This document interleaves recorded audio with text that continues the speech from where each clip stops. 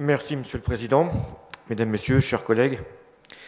Alors moi aussi, bon, c'est un rituel, mais là je remercie très sincèrement les organisateurs de ce colloque de m'avoir fait l'honneur de m'inviter. Parce que Edmond David, ça fait quand même déjà assez longtemps que je le fréquente et que l'idée de faire un colloque sur lui est proprement géniale, et il est même complètement surréaliste quelque part, que ce n'ait jamais eu lieu auparavant. Mais Macaraël, Cormenat, bon, tout ça, bon, reflète peut-être parfois peut-être un état déplorable, effectivement, dans certaines facultés de droit, pour qu'on n'ait jamais fait ça. Donc là, merci beaucoup. Merci beaucoup. Et puis, c'est l'occasion de revenir à Orléans, que j'avais découvert il y a 2 ans. Et c'est vraiment très sympathique. Je retrouve des amis, de nouveaux collègues aussi, que j'ai le plaisir de rencontrer. Donc, merci beaucoup. Alors, Edmond David est l'archétype du professionnel du Conseil d'État qui a gravi un à un les différents échelons du corps. Constamment affecté à la section du contentieux, il est un pur spécialiste du contentieux administratif. Quelle est la carrière de David au sein du Conseil d'État, mais également au sein du tribunal des conflits? Quel rôle y a-t-il joué au contentieux? Alors, avant de répondre à ces questions, nous devons dire que, malheureusement, malgré la demi-heure offerte, et non les 20 minutes, sachant que une demi-heure, ça ne me suffit pas, en fait, puisque j'ai déjà dit, un livre peut être fait. Dans ce cadre limité, je ne verrai ici ni le profil sociologique de David dans les différentes catégories de membres qu'il a occupées. Et alors là, je me suis fait mal, parce que c'est ma spécialité, la prosopographie. Bon, tant pis, mais heureusement, Damien est passé avant moi. Et puis, évidemment, quantitativement, de très nombreux aspects de son activité contentieuse ne pourront pas être, ne serait-ce qu'entreaperçus aujourd'hui, mais apparaîtront dans la version écrite. Alors, tout bêtement, dans l'ordre chronologique, nous verrons David au Conseil d'État sous le Second Empire entre 1855 et 1870, puis David au Conseil d'État et au Tribunal des conflits entre 1870 et 1879. Alors, pour resituer un petit peu le cadre, le Conseil d'État, institué par la Constitution du 14 janvier 1852, précisé par le décret organique du 25 janvier 1852, redevient l'instrument essentiel du gouvernement autoritaire, du chef de l'État, du gouvernement autoritaire napoléonien, et à vrai dire, il est largement rétabli sur son modèle originel de l'an 8. En tant que conseil du gouvernement, il dispose d'énormes pouvoirs législatifs et administratifs, et le Conseil d'État, parce que c'est ça qui va nous intéresser en fait, puisqu'on ne va le voir que sous cet angle par David, il est la juridiction suprême de l'ordre administratif, et pour exercer sa juridiction, à l'époque, il comprend 2 formations, la section du contentieux, qui est composée uniquement de membres en service ordinaire, de tous les grades, et qui est chargée de l'instruction de toutes les affaires contentieuses, et par exception, elle juge les affaires où il n'y a pas eu constitution d'avocat. Et sous réserve de ces affaires, l'organe de jugement est en principe l'Assemblée du Conseil d'État délibérant au contentieux, qui est composée des membres de la section du contentieux, auxquels sont adjoints 2 conseillers d'État en service ordinaire de chacune des autres sections, sous la présidence du président de la section du contentieux. David entre au Conseil d'État, à la base, comme auditeur en service ordinaire de 2e classe le 28 mai 1855. Conformément au décret du 25 novembre 1853, David remplit la condition d'âge d'avoir au moins 21 ans, la condition de capacité d'être licencié, en l'occurrence en droit de la faculté de droit de Paris, il en sera même docteur une fois avoir commencé son auditorat. Et enfin, il réussit l'examen d'entrée devant un jury de 3 conseillers d'État. Alors malheureusement, il ne reste aucune trace de l'examen de 1855. Cependant, les archives nationales conservent des pièces relatives à d'autres examens d'entrée à l'auditorat sous le Second Empire. Et ces documents nous apprennent que l'examen est en réalité un véritable concours où la compétition entre des candidats brillants est féroce. On apprend également que les auditeurs sont nommés dans leur ordre de classement au concours. Or, le décret du 28 mai 1855 nomme David parmi une promotion de 18 auditeurs et il le fait apparaître en 2e place. David a donc été reçu 2e au concours d'entrée à l'auditorat de 1855, ce qui témoigne d'emblée de ses mérites. David, une fois nommé auditeur en service ordinaire de 2e classe, comme l'a dit Damien, à l'âge très jeune, de 21 ans et 2 mois, est immédiatement affecté à la section du contentieux. David est promu auditeur en service ordinaire de 1re classe le 24 octobre 1860. Sa promotion est à l'initiative de Baroche, président du Conseil d'État, au mérite et dans le respect des droits acquis au sein du corps, conformément à l'ordre du tableau, signe d'une nette professionnalisation du Conseil d'État sous le Second Empire. Une fois David promu auditeur en service ordinaire de 1re classe, il reste à la section du contentieux. Durant tout son auditorat, David est rapporteur à la section du contentieux et à l'assemblée du contentieux. Il ne s'occupe que du contentieux, ce qui sera toujours le cas, d'ailleurs. Alors, vous savez, malheureusement, en raison de la destruction totale des archives du Conseil d'État par les communards en 1871, les rapports et les projets d'arrêt de David sous le Second Empire ont totalement disparu. Néanmoins, un dépouillement exhaustif du recueil Le Bon et d'autres recueils nous apprend beaucoup. David, en tant qu'auditeur, entre son premier rapport dans l'arrêt du Conseil d'État du 28 novembre 1855, l'ARER, et son dernier rapport dans l'arrêt du Conseil d'État du 7 mai 1863, commune de Meudon, rapporte un total de 386 arrêts. L'évolution de la nature des affaires que David rapporte est très révélatrice d'un apprentissage progressif du contentieux, manifestement organisé par la section du contentieux. En tant qu'auditeur de 2e classe, David rapporte dans 292 arrêts. La majorité des affaires relèvent du petit contentieux, et même pour beaucoup d'ailleurs du contentieux des contributions directes et assimilées. En majorité, mais pas seulement. Parce que parmi les affaires rapportées par David, une mérite particulièrement l'attention. L'arrêt du Conseil d'État du 24 mai 1860, Gauthier-Hardy. Traditionnellement, la doctrine a longtemps considéré que le premier arrêt de principe du Conseil d'État consacrant le détournement de pouvoir comme un cas d'ouverture du recours pour excès de pouvoir était le fameux arrêt du Conseil d'État du 26 novembre 1875, Pariset. On s'est rendu compte qu'en réalité, le premier arrêt de principe pour ce point est l'arrêt du Conseil d'État du 25 février 1864, Lesba. Eh bien non. Le premier grand arrêt de principe méconnu en matière de détournement de pouvoir est cet arrêt du 24 mai 1860, Gauthier-Hardy, au rapport de David. L'arrêt est très clair. Si les préfets ont le droit de régler dans un but de police et d'utilité générale le régime des moulins et usines établis sur les rivières non navigables ni flottables et de modifier les règlements existants, ils ne peuvent user de ce droit dans un intérêt uniquement privé et individuel.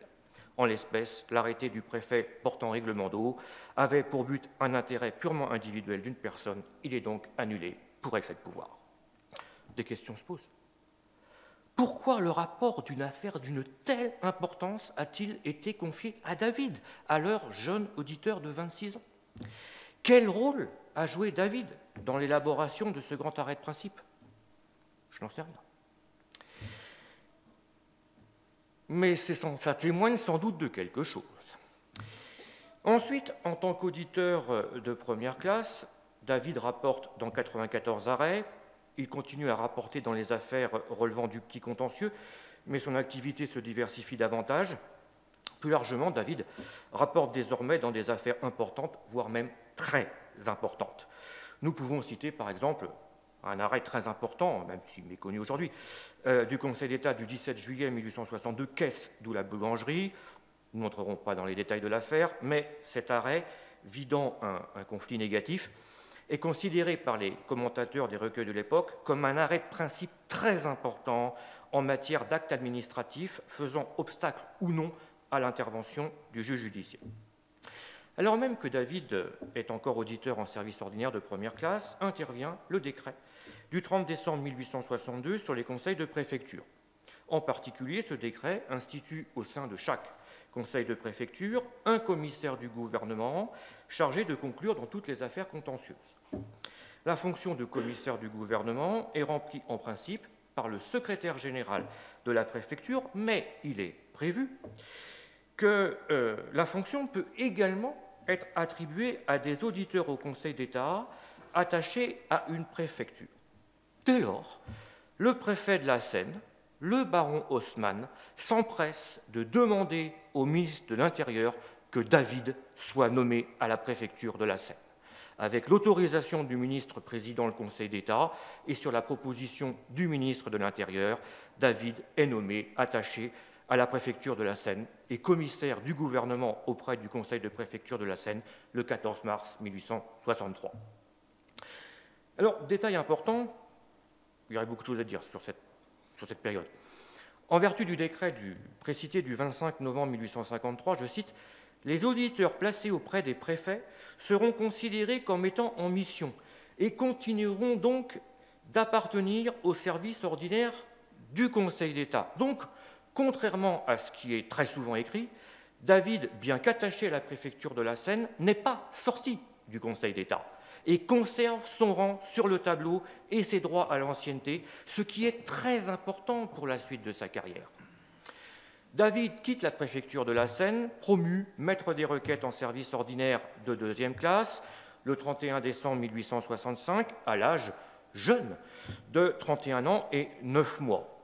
Il figurait à la 2e place du tableau des auditeurs de première classe.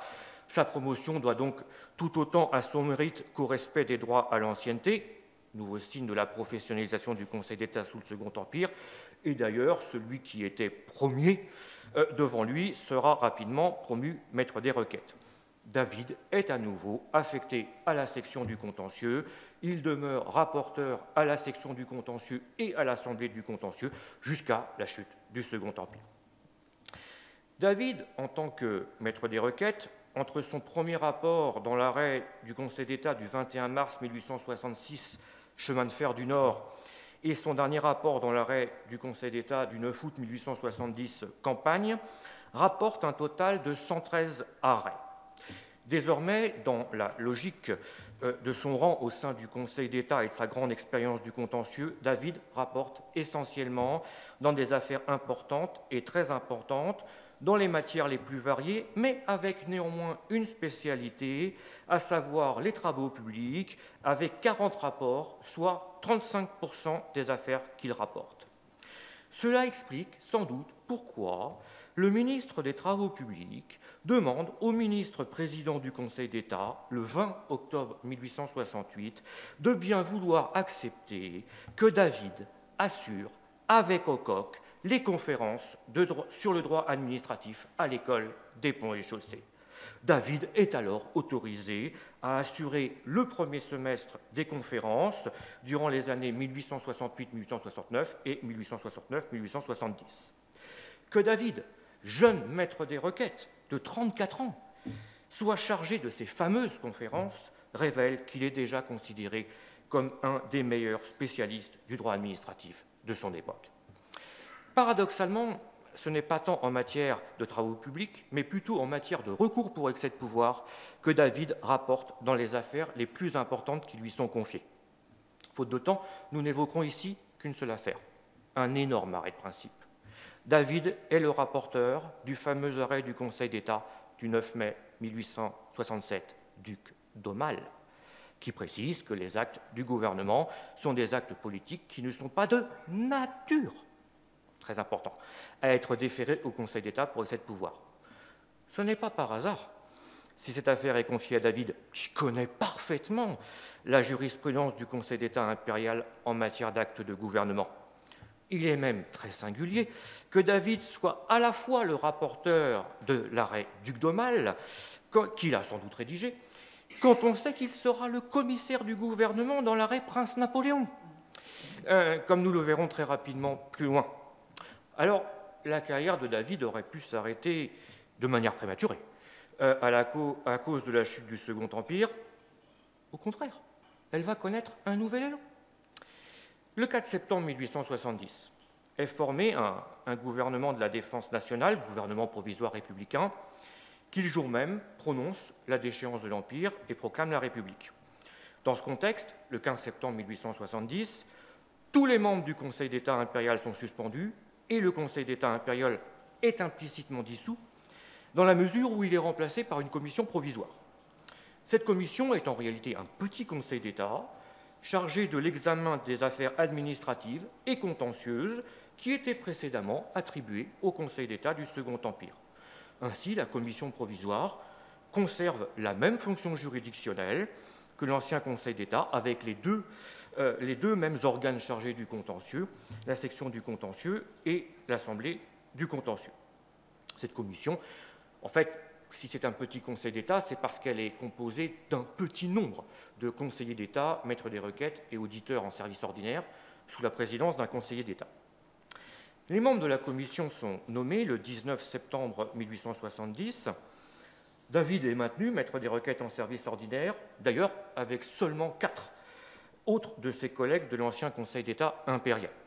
Alors, David doit son maintien non seulement à sa réputation de grand spécialiste du contentieux, mais je pense également, compte tenu de ce que j'ai pu trouver, au soutien de Jouancel, président de la commission provisoire, ancien membre du Conseil d'État, que je connais bien, spécialiste du contentieux sous la monarchie de Juillet et la Deuxième République, et orléaniste de gauche rallié à la République. À mon sens, David est de cette mouvance, contrairement à la légende qui en fait un monarchiste conservateur. D'ailleurs, s'il avait été un tel monarchiste, honnêtement, jamais le gouvernement de la Défense nationale ne lui aurait fait confiance. Non seulement David est maintenu, mais il est même promu l'un des 2 commissaires du gouvernement près la commission statuant au contentieux le 15 octobre 1870 avec un certain Laferrière qui, lui, est un nouvel arrivant. David conserve son poste jusqu'à la dissolution de la commission provisoire le 10 août 1872. Auprès de la commission provisoire, David, entre ses premières conclusions sur l'arrêt de la commission du 17 novembre 1870, Bidault, et ses dernières conclusions sur l'arrêt de la commission du 8 août 1872, Dame d'Arberatz, conclut dans 418 arrêts. Il est devant Laferrière celui qui conclut le plus dans toutes sortes d'affaires, des plus petites aux plus importantes, dans les matières les plus variées. Dès le départ, David a son style, assez classique, il faut bien le dire. Il s'exprime à la première personne du pluriel, nous, et s'adresse à ceux qui vont juger en les désignant messieurs, et en leur rappelant souvent, ça c'est très important, vous avez déjà jugé, pour leur demander de confirmer les précédents. Car si David est un conservateur, c'est un conservateur gardien de la jurisprudence du Conseil d'État. Et cela explique bien des choses. Par ailleurs, les conclusions de David sont le plus souvent très juridiques, très précises, très motivées et montrent une grande culture. Alors, faute de temps, impossible d'évoquer ne serait-ce que quelques conclusions qui ont été conservées dans des arrêts considérés comme des grands arrêts de principe.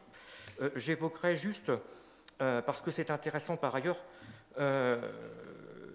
les conclusions de David sur l'arrêt de principe de la commission provisoire du 13 mars 1872, Tamelier. Dans ces conclusions, David invoque comme premier précédent dans la matière le célèbre arrêt du Conseil d'État du 8 février 1868, Joussaume, dans lequel il était rapporteur, mais avec l'élégance de ne pas le rappeler. David conclut, et il est suivi, à l'annulation, pour excès de pouvoir, de l'arrêté d'un maire qui avait fixé le lieu d'inhumation d'une personne de confession protestante dans un cimetière catholique, sans qu'il n'y ait eu aucune séparation avec les tombes catholiques, en violation du respect dû aux différents cultes, et notamment au culte protestant. Ce qui est particulièrement intéressant, c'est que David, dans ses conclusions, n'apparaît pas du tout comme le catholique intransigeant toujours dépeint. D'ailleurs, plus généralement, David n'expose jamais aucune idée politique en tant que commissaire du gouvernement. Finalement, la commission provisoire est remplacée par un nouveau Conseil d'État, rétabli par la loi, je ne sais plus où j'en suis du coup, par la loi du 24 mai 1872 portant réorganisation du Conseil d'État. Alors, le Conseil d'État est toujours un conseiller du gouvernement, beaucoup moins puissant qu'avant. Il demeure le juge suprême de l'ordre administratif, même s'il perd définitivement le pouvoir de vider des conflits d'attribution dévolu au second tribunal des conflits établi par la même loi. Alors, dans l'exercice d'ailleurs de sa fonction juridictionnelle, le Conseil d'État est conforme au décret du 25 janvier 1852, signe d'une très grande continuité historique, avec toujours la section du contentieux chargée des mêmes affaires et l'Assemblée du contentieux chargée aussi des mêmes affaires. Alors, dans le cadre de ce nouveau Conseil d'État, David demeure maître des requêtes en service ordinaire, nommé le 10 septembre 1872, une fois de plus affecté à la section du contentieux, et il conserve sa fonction de commissaire de gouvernement, le 16 septembre suivant. Parallèlement, David est nommé commissaire du gouvernement auprès du tribunal des conflits le 7 novembre 1872. Auprès du Conseil d'État, statuant au contentieux, David, entre ses premières conclusions sur l'arrêt du Conseil d'État du 8 novembre 1872, Mongrol, et ses dernières conclusions sur l'arrêt du Conseil d'État du 2 août 1878, élection de Thorigné, conclut dans 2215 arrêts. Il est celui qui conclut le plus bien devant la Ferrière. Toutes sortes d'affaires, des plus petites aux plus importantes, les plus variées. Bon. Auprès du tribunal des conflits, entre ses premières conclusions sur la décision du tribunal des conflits du 11 janvier 1873, marquis de Paris-Labrosse contre préfet de Lyon, et ses dernières conclusions sur la décision du tribunal du 12 janvier 1878, Mallet contre Monguin, David conclut dans 33 décisions du tribunal des conflits. Il est le commissaire du gouvernement issu du Conseil d'État qui conclut le plus loin devant la Ferrière. C'est simple, il conclut dans 2 fois plus de décisions que la Ferrière. David est sans doute le plus grand commissaire du gouvernement des années 1870. Une première preuve, quelque part, est qu'il conclut dans 3 des 4 grands arrêts des années 1870 figurant au Gaja. TC 8 février 73 Blanco, TC 30 juillet 73 Pelletier et Conseil d'État 19 février 75 Prince Napoléon. Nous n'insisterons pas sur ces 3 affaires, ni d'ailleurs sur ses conclusions dans l'arrêt Banque de France, dans la mesure où ces conclusions seront étudiées précisément par nos collègues demain. Alors, juste un mot, quelques mots, sur Prince Napoléon. Dans ses conclusions, David se présente une fois de plus comme un gardien de la jurisprudence du Conseil d'État. Et il cite, comme précédent à confirmer, l'arrêt du Conseil d'État du 9 mai 1867, duc d'Aumale, dans lequel il était rapporteur, tout en proposant de l'affiner. David est suivi implicitement par le Conseil d'État d'une manière telle que Prince Napoléon n'est probablement pas un revirement de jurisprudence. Alors, je n'évoquerai pas beaucoup de conclusions, j'évoquerai, pour avoir une idée du style de David, ses conclusions sur la décision du tribunal des conflits du 16 mai 1874, décision très importante commune de Saint-Enogat, où il est suivi. Et là, on voit bien la démarche de David, parce qu'il expose dans ses conclusions « Nous croyons avoir démontré que la raison, la tradition historique et la jurisprudence considérée dans son ensemble sont d'accord pour la solution qui effectivement sera suivie. » Une autre conclusion, arrêt du Conseil d'État du 5 juin 1874, Chéron, Véron et autres. David constate dans ses conclusions que le tribunal des conflits, dans sa décision Pelletier, ne l'avait pas complètement suivi, ce qui est vrai. Mais dans son rôle de gardien de la jurisprudence, il se range à la jurisprudence Pelletier en précisant, je le cite, « Telle nous paraît avoir été la pensée du tribunal des conflits, et cette pensée, nous n'éprouvons nul embarras à le reconnaître devant une telle autorité, nous paraît plus vraie que celle à laquelle nous nous étions arrêtés tout d'abord à l'origine en 1873. » Après 8 années passées comme commissaire du gouvernement, David est nommé conseiller d'État en service ordinaire le 20 juillet 1878. J'approche de la fin. À l'âge plutôt jeune, de 44 ans et 4 mois. La promotion de David doit sans doute à ses mérites incontestés. Elle a peut-être également une connotation politique, mais qui n'est pas celle qu'on lui donnerait généralement. David est nommé sur la proposition d'un cumulard du président du Conseil d'État, également alors président du Conseil des ministres, le garde des Sceaux du Fort, ancien arléaniste de gauche rallié à la République comme républicain conservateur, qui, on le sait, a fait beaucoup pour la victoire finale de la République. Bon. Encore une fois, je pense que David est de cette tendance politique. David est une fois de plus affecté à la section du contentieux et, désormais, en tant que conseiller d'État, il est également membre de droit de l'Assemblée du contentieux. Il est rapporteur devant les deux formations, mais il est surtout désormais un membre délibérant dans toutes les affaires contentieuses. Selon un usage depuis le Second Empire, les conseillers d'État ne rapportent que très exceptionnellement dans les affaires les plus importantes.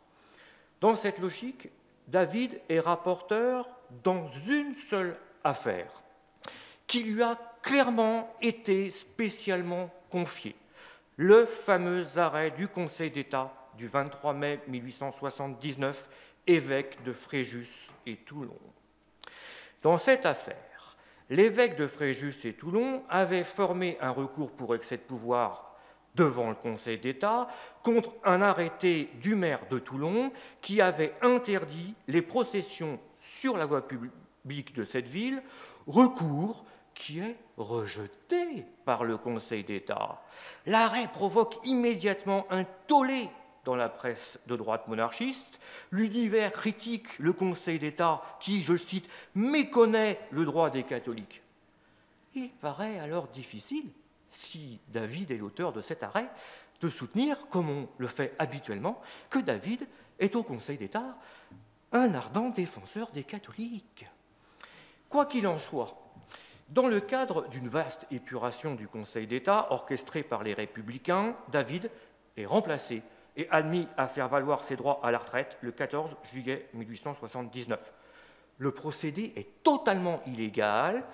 Alors, comme le souligne d'ailleurs David dans une lettre que j'ai retrouvée, dans sa lettre au garde des Sceaux du 15 juillet 1879, très intéressante, mais bon, je ne vais pas la citer. Pourquoi donc David est-il expulsé du Conseil d'État? Parce qu'il n'est pas assez républicain? Peut-être. mais il avait quand même été nommé par un ministère totalement républicain, exclusivement composé de républicains. Bon, sous l'autorité de Dufort. Parce qu'il serait un monarchiste conservateur catholique intransigeant. On a vu à travers quelques exemples que ce n'est pas son profil. Et surtout, il ne faut pas juger David au miroir de ce qui s'est passé après sa sortie du Conseil d'État. Certes, David est devenu le conseiller juridique des congrégations, très vite d'ailleurs, dès 1880, mais c'est donc après avoir été évincé du Conseil d'État. Et moi, je pense que c'est pour se venger de ceux qui l'ont exclu. Bon. Alors, émettons une hypothèse. N'est-ce pas le poste de David qui était convoité au moment où la section du contentieux est décimée? Le 14 juillet 1879, 3 des 6 conseillers d'État de la section du contentieux sont expulsés. Et comme cela était pressenti, les 3 autres démissionnent immédiatement pour protester et par solidarité. La section est vide. C'est un boulevard pour d'ambitieux opportunistes. Je ne citerai aucun nom. Finalement, David est sans doute l'un des plus grands spécialistes du contentieux administratif au sein du Conseil d'État des années 1860-1870, avec tout le dossier que j'ai, il y a de quoi montrer des tonnes de choses. Et honnêtement, et c'est pour ça que je remercie encore les organisateurs du colloque, il ne mérite pas d'avoir été mis à l'index, d'une certaine manière. Il faut quand même le dire. Et puis aussi, quelque part, parce que quand on voit quand même qu'au Gaja, notamment sur la décision Blanco, en fait, il est estimé que... non, pas sur la décision Blanco, mais sur l'arrêt Prince-Napoléon, les auteurs du Gaja expliquent que manifestement, David ne comprend rien à la jurisprudence. Quand on sait qu'il était rapporteur sur Duc d'Aumale, bon, ça fait sourire. Donc, quelque part, donc, mis à l'index, et puis aussi, il faut bien le dire, plongé dans l'oubli. Parce qu'aujourd'hui, et ce n'est pas un hasard, je ne crois pas, on se souvient de la Ferrière, mais on ne se souvient pas de David. Il serait intéressant de se demander pourquoi. Je vous remercie.